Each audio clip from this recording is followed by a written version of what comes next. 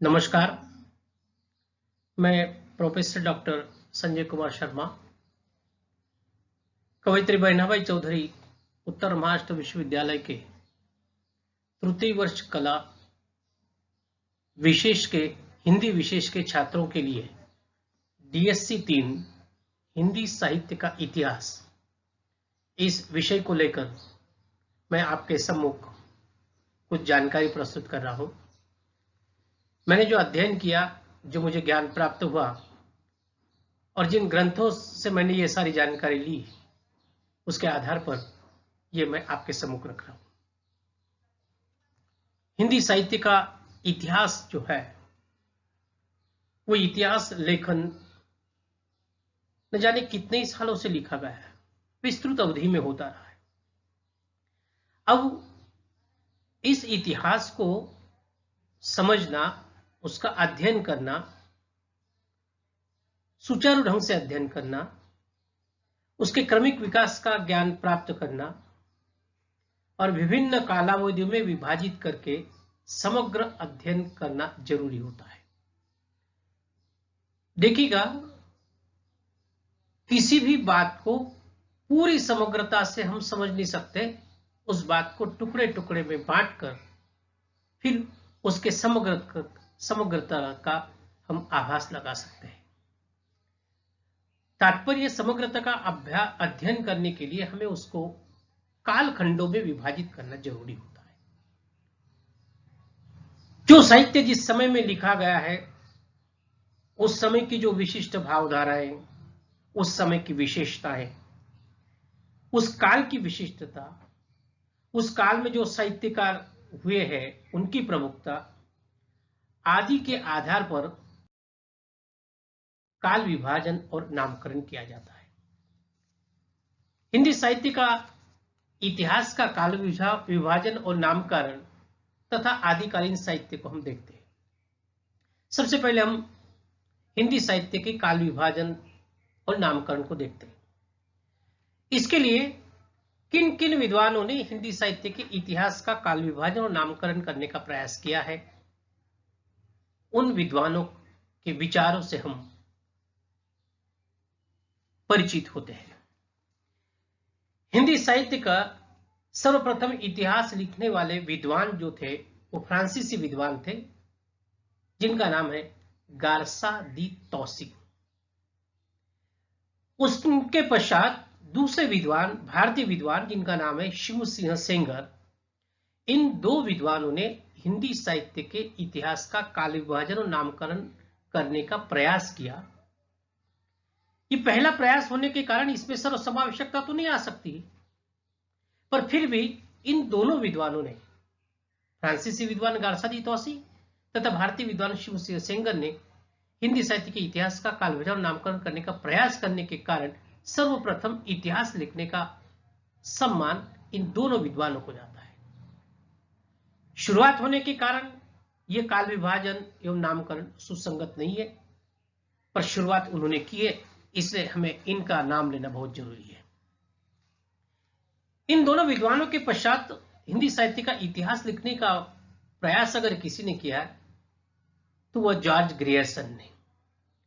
George Grierson के द्वारा लिखा गया ग्रंथ है the modern vernacular literature of Hindustan. ये जो ग्रंथ जॉर्ज ग्रियर्सन ने लिखा, इस ग्रंथ में इन्होंने हिंदी साहित्य के इतिहास का काल विभाजन और नामकरण करने का प्रयास किया, पर जॉर्ज ग्रियर्सन ने विभिन्न कालों के शीर्षक ऐसे रखे कि मानो वो ऐसा प्रतीत होता है कि वो केवल अध्यायों के नाम है।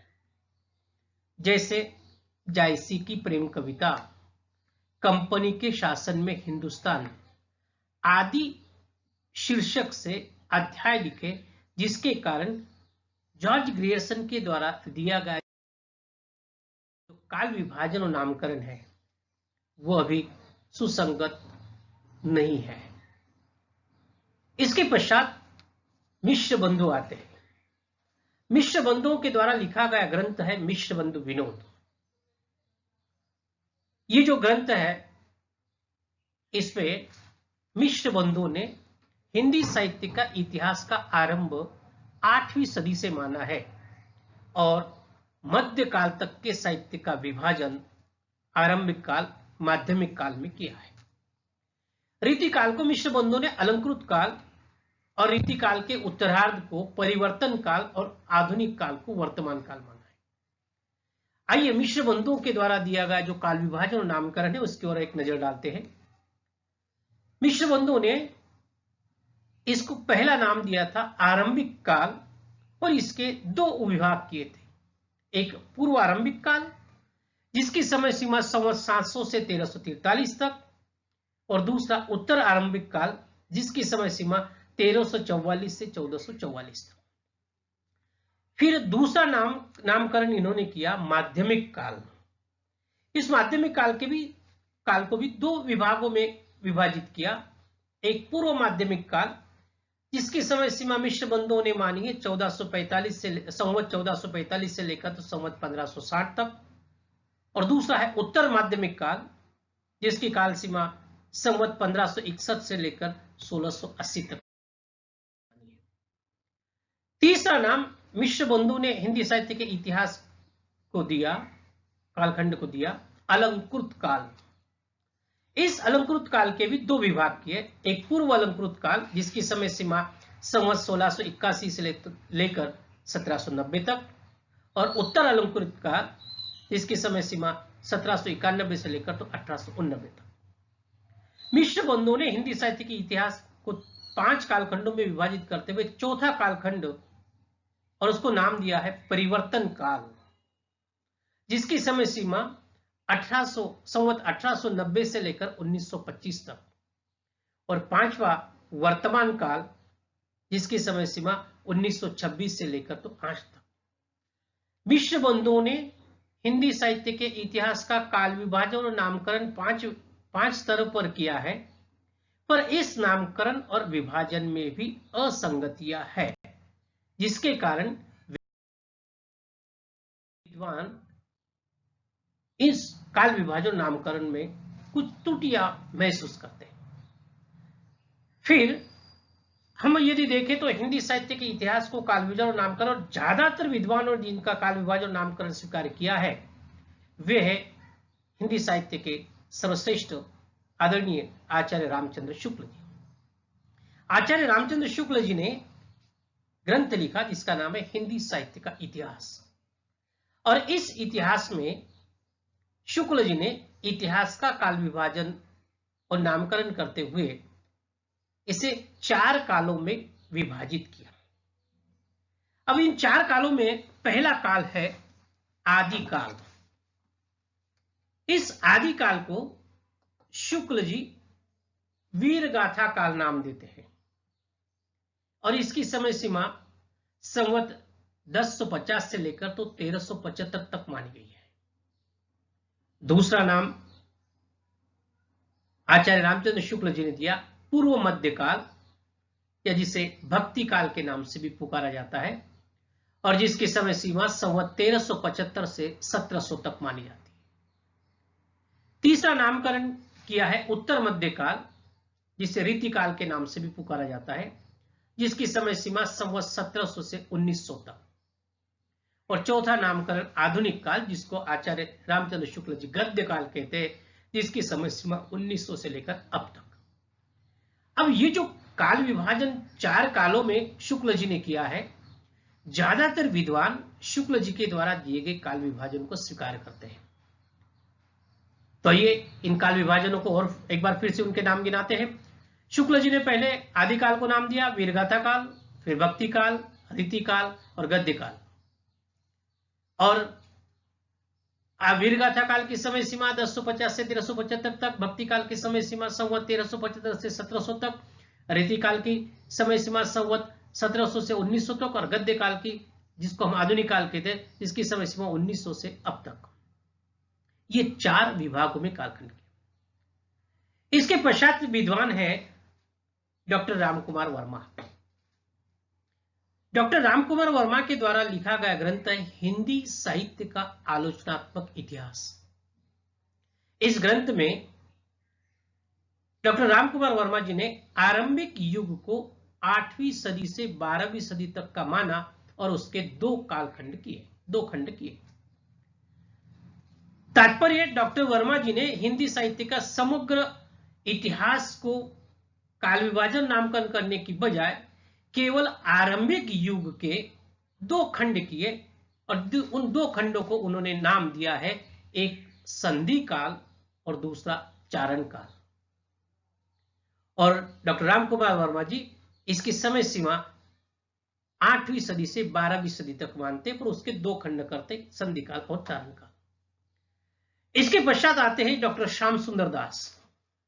डॉक्टर श्याम सुंदर दास ने अपने हिंदी साहित्य में आचार्य रामचंद्र शुक्ल जी के द्वारा दिया गया जो काल विभाजन है उसको ही उन्होंने स्वीकार किया, परंतु एक परिवर्तन डॉक्टर श्याम सुंदर दास जी ने किया।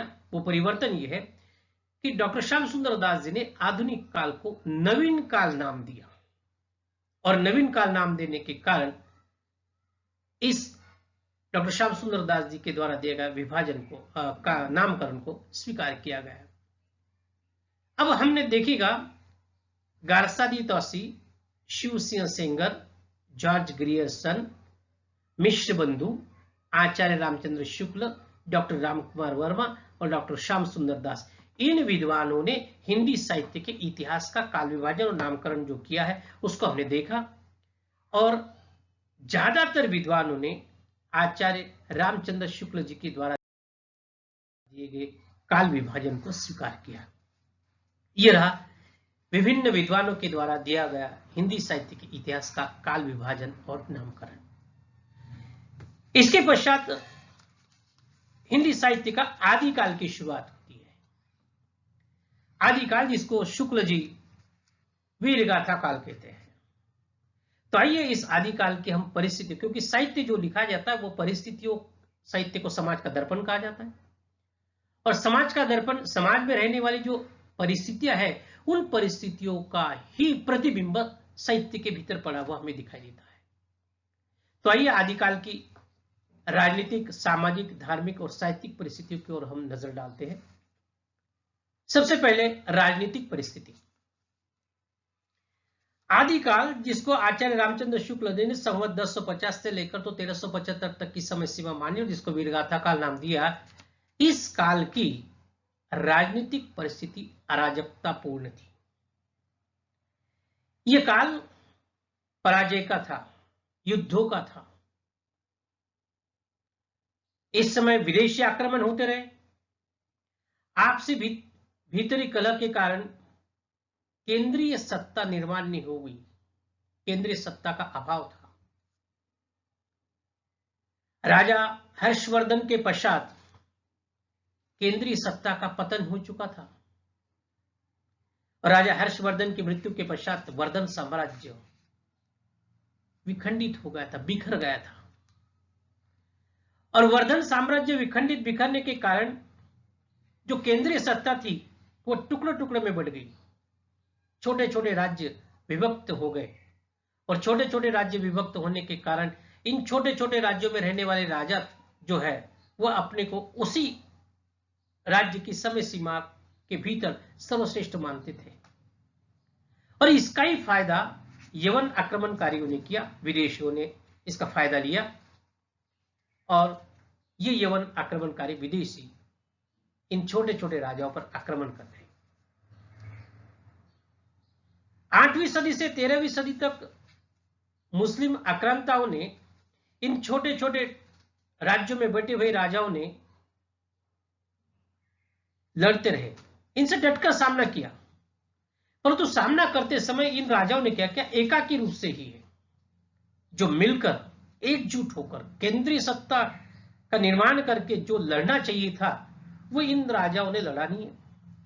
मान लो किसी एक राजा पर विदेशी अगर आक्रमण कर रहा है तो दूसरे राजा को उससे कोई लेना देना ही नहीं था, पर ये भूल गए कि पूरा टुकड़े टुकड़े में बटा हुआ जो राज्य था वो पूरा हमारा हिंदुस्तान था, और उसके एक टुकड़े पर अगर आक्रमण हो रहा है तो निश्चित तौर पर उसका परिणाम अन्य टुकड़ों पर अवश्य हो सकता है।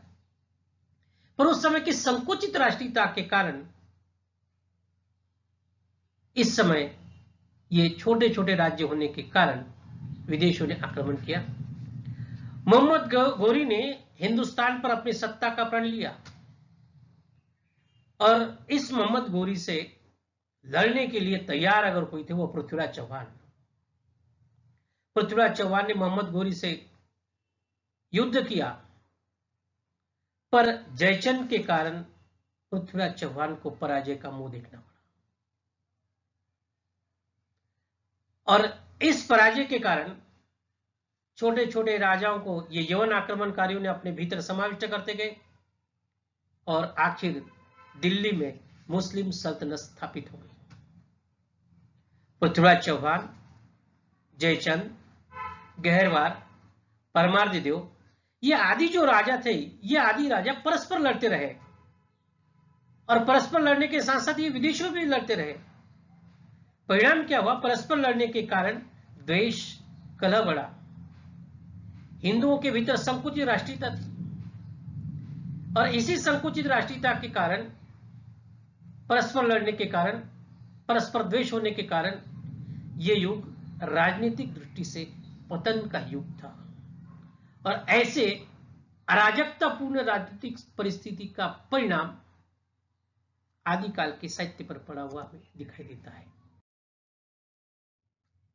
तो ये रही आदिकाल की राजनीतिक स्थिति। अब हम चलते हैं इस काल की दूसरी परिस्थिति, जिसका नाम है सामाजिक परिस्थिति। यथा राजा तथा प्रजा। राजनीतिक परिस्थिति अराजकतापूर्ण होने के कारण इस काल की सामाजिक स्थिति भी अव्यवस्थित थी। राजा परस्पर और विदेशियों से लड़ते रहते थे। इस युग में युद्ध ही हुआ करते थे। इन राजाओं को जनता की कोई चिंता नहीं थी। जनता की समस्या, जनता किस हाल में जी रही है, इनसे इन राजाओं को कोई लेना देना नहीं था, क्योंकि वो तो केवल या तो आपसी कलह में व्यस्त थे या विदेशियों से लड़ने में व्यस्त थे।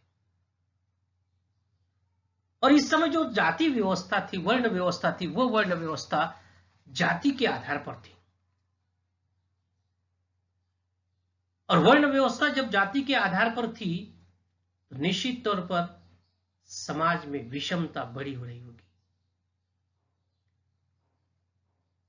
रूढ़ियों का महत्व बढ़ गया, परंपराओं का महत्व बढ़ गया, विषमता बढ़ने लगी।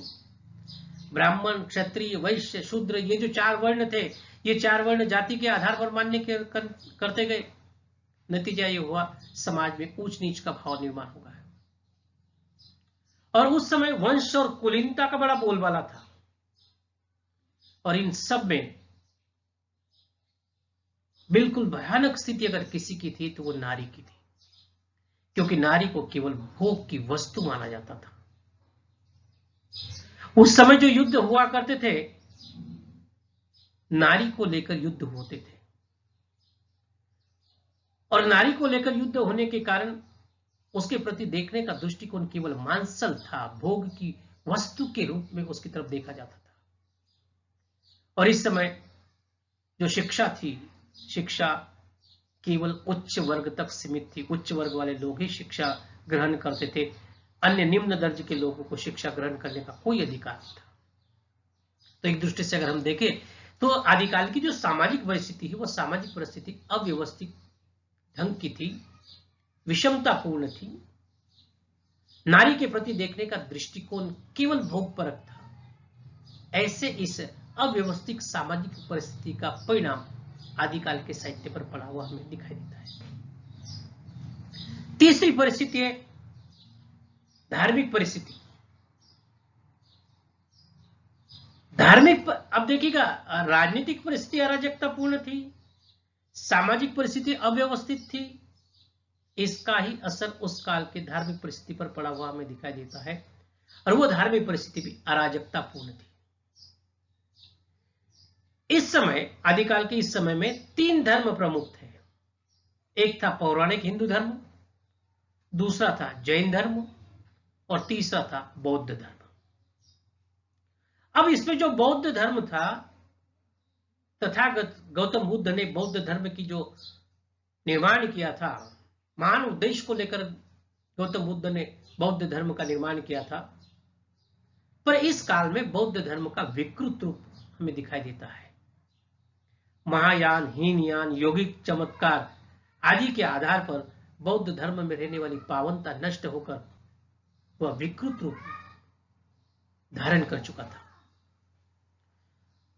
पौराणिक हिंदू धर्म की बात अगर हम करें तो पौराणिक हिंदू धर्म में ऊंच नीच का भाव पनपा तो हमने सामाजिक परिस्थिति देखी, वर्ण व्यवस्था जाति के आधार पर थी, उसका ही असर धर्म के आधार पर भी पड़ा हुआ हमें दिखाई देता है। हिंदू धर्म में ऊंच नीच का भाव पनप था। वैष्णव के 5 शास्त्र, शैवों के पाशुपत, कालामुख, कापालिक आदि संप्रदाय और बौद्धों की जो गुह्य साधना पद्धति, इस साधना पद्धति से ये जो वैष्णव और शैवों के संप्रदाय थे ये प्रभावित हुए थे। इसी बीच एक सुखद समाचार ये था, सुखद अच्छी बात ये थी कि इस समय धार्मिक परिस्थितियों में नाथपंथियों ने समाज में संयम और सद्भाव के महत्व को बढ़ाने का प्रयास किया था। नाथ संप्रदाय के भीतर रहने वाले जितने भी सारे कवि हैं, गोरखनाथ से लेकर नवनाथ, इन्होंने धर्म के आधार पर संयम और सद्भाव को बढ़ाने का प्रयास किया था। इस धार्मिक परिस्थिति का तीसरा धर्म आ गया है वह जैन धर्म। जैन धर्म की खासियत यह रही कि इस धर्म ने अपनी प्राचीनता को सिद्ध करने में ही व्यस्त रहता था। इनका यह मानना था कि जैन धर्म अनादिकाल से रहा है, ये उनको सिद्ध करना था। एक इतिहास में यह बात लिखी हुई है कि इन जैन धर्म में विश्वास रखने वाले विद्वानों ने रामायण जो जैन धर्म में लिखा गया है, जिसमें यह बताया गया है कि राम और सीता अंत में जैन धर्म की दीक्षा लेते हैं, ऐसा चित्रित किया है। इसके पीछे कारण यह रहा है कि जैन धर्म कितना अनादिकाल से रहा है, यह बताने का उनका उद्देश्य था। तो इस युग की धार्मिक परिस्थिति में तीनों धर्म, पौराणिक हिंदू धर्म, जैन धर्म और बौद्ध धर्म, अपने अपने में व्यस्त होने के कारण इस काल का धार्मिक वातावरण अत्यंत दूषित था।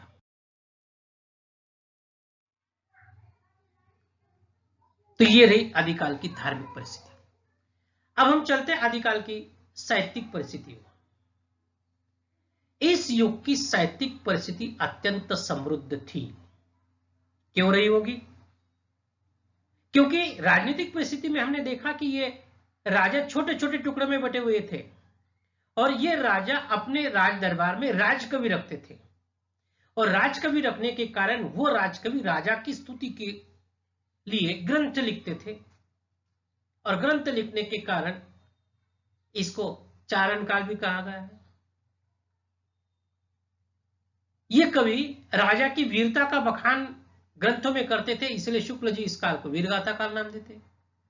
और इसी युग में संस्कृत आचार्यों ने साहित्य लिखा, जिसमें विश्वनाथ, आचार्य विश्वनाथ, आचार्य मम्मट, आचार्य क्षेमेंद्र, आचार्य अभिनव गुप्त आदि आचार्यों ने काव्यशास्त्र के ग्रंथ लिखे।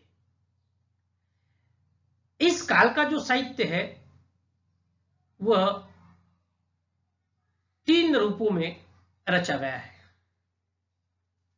एक है राज्याश्रित साहित्य, दूसरा है धर्माश्रित साहित्य और तीसरा है लोकाश्रित साहित्य।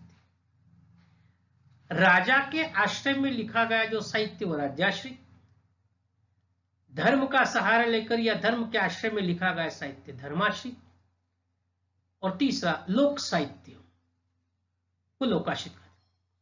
संदेश रासक इस युग की सर्वश्रेष्ठ कृति थी जो लोकाश्रित कृति थी।